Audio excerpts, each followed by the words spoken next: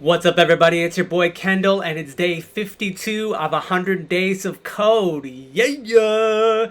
And we all know what that means. We know it means that rule number one, is that we code 1 hour a day, which we certainly did today. Number two, we keep track of our coding by being accountable to you publicly. And number three, we also speak our minds and our thoughts and our feelings. Today it is a red hot one here in the UK. We've got up to the high temperatures of the summertime now. So we are sweating it out a little bit and we're having fun getting hot and bothered over code and being here in this beautiful weather. It's warm for the UK, so it's all goods. Feeling goods. And man, this room feels like a little oven. It's like being inside of an oven and getting cooked. Not only are we getting cooked in our minds with all the knowledge we're taking in, but we're also getting cooked in the weather. It's a lovely thing. And we're cooking dinner right now in the oven, so we're very happy. That time is coming. It's 5 o'clock, so I'm feeling hungry, guys. So, what did we learn about today? Well, today we learned about the React testing library. The React testing library. So today it was all about testing. We've done testing before. We've done super tests. We've done jest testing. But now we've worked with this sort of library that works in conjunction with jest. And it's built into the scripts and those sort of things of it. So the problem is that they wanted to write maintainable tests for React components. That was the problem, right? And as part of this goal, they wanted the test to avoid including implementation details of our components and rather focus on making the tests themselves give you the confidence of which they're intended, straight from the documentation. They spoke about things like basically you want your test space to be maintainable in the long run, so it refactors your components and you don't break your test and it slows you and your team down. So the solution was the React testing library. And it was a very lightweight solution, and what it basically did is it provided light utility functions on top of the React DOM and React DOM test utilities, right? In a way that encourages better testing and better practices. And the primary guiding principle was that the more your tests resemble the way your software is used, the more confidence they can give you. So you want them to really, so rather than dealing with instances of rendered React components, your test will work with actual DOM nodes. So it works with different little parts. And it's amazing. So we did a little bit of that, and that was a replacement for a library they had before called Enzyme, which was sort of the old school one. They updated it, made it better, and what the library is not, what this React testing library isn't, is it's not a framework, so it isn't that. And it was specific to a testing framework.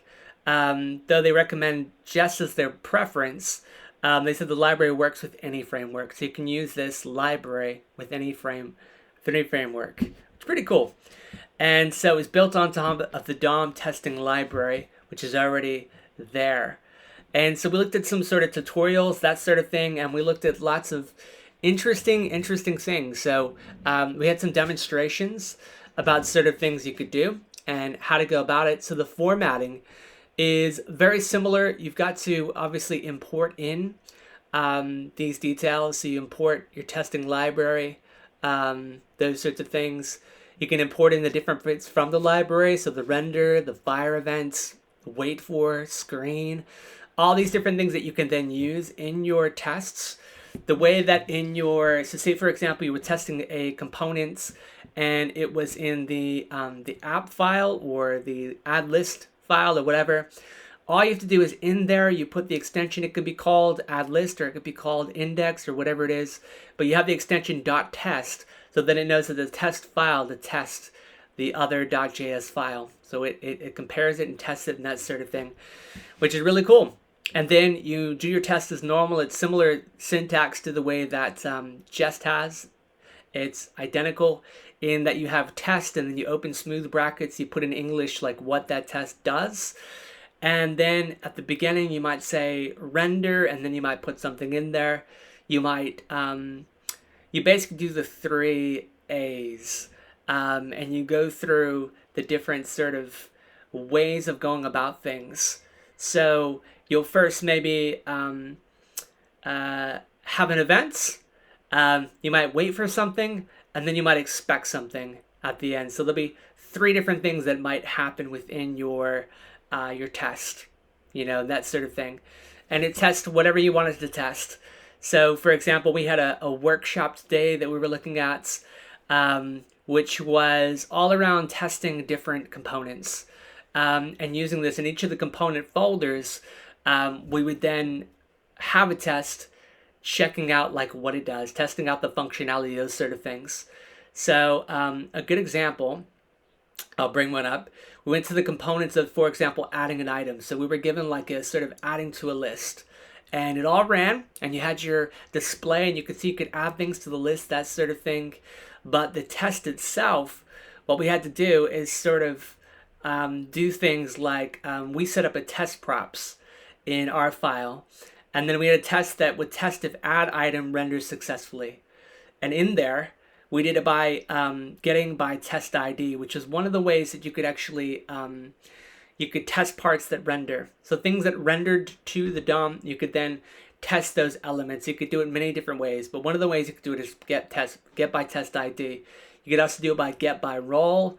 You could do it, so for example, a list or a list item, they have a specific role. You could do it by button, things like that, and they have roles, and you could do it that way. But we chose to do by get by test ID, and we rendered the components, which the component was the brackets, the crocodiles, or the open and close triangle brackets that said add item, and then we put our split array into this that we had created called test props, so ... test props. And then underneath there we had our const actual equals get by test ID, and then we put what we had called, so we had to go back to our index file in this add item folder, and we had to then add a tag on there, which was I think it was data test by ID or something like that. There's an actual syntax you have to use, and the test will then check for that, and then you call it something. It's a lot like a class, so it might be class equals and then whatever it's called. So you can call it something, and then you can then connect to it. You can say get by test ID. By this ID, I've now called this element, and you can do that. And then below that, then you do expect, and then in smooth brackets actual dot to be in the document. So you're checking to make sure that it's there, that it displays and it's there. So we had to do things like that, and then we had to do much more difficult things. But it was all about getting into React testing, learning more about it. So me and my partner, we had a few struggles. We were trying some different things that were in the documentation, like sort of getting by role, but then it was sort of figuring out what roles they were. And sort of we're on the journey of learning how to use documentation, because in our roles in the real world, we aren't just going to have School of Code to always be there every single day. So we might have to lean on documentation and training to sort of sharpen us up and to remember things. So it's really been honing our skills and getting better at using those things so that we're ready for the real world. So all in all, it's been a tiring day. It's been warm, it's been hot, but it's also been a lot of focus and concentration and trying to work through problems. But it's been a lot of fun as well. Really enjoyed it. Hard work pays off. We enjoy hard work, so we aren't shying away from it at all. We say bring it on, let that fire hose spray me, let it soak me. I'm good.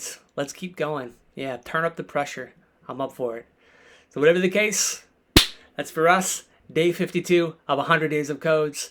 What are my thoughts and feelings? Thoughts and feelings at the moment are, it's difficult, but we keep pressing on. I'm really enjoying, we had the talk today as well. Forgot to tell you about this. We had some people come from Experian today. They talked about the culture they have of training people, of sort of bringing them up, the way they develop people, the way they include people, the way that they go through things. I mean, it was amazing to hear. It sounded like such a good culture. And, between me and you, I would love to be in a place like that. It sounds like an amazing, amazing place. So hopefully we all at School of Code and in my boot camp, we all get roles in a place like that that's an amazing culture, and we all grow into everything we ever dreamed to be. But whatever the case, guys, stay 52 of 100 Days of Code. Signing out. Peace out. Enjoy the sunshine, and we'll see you guys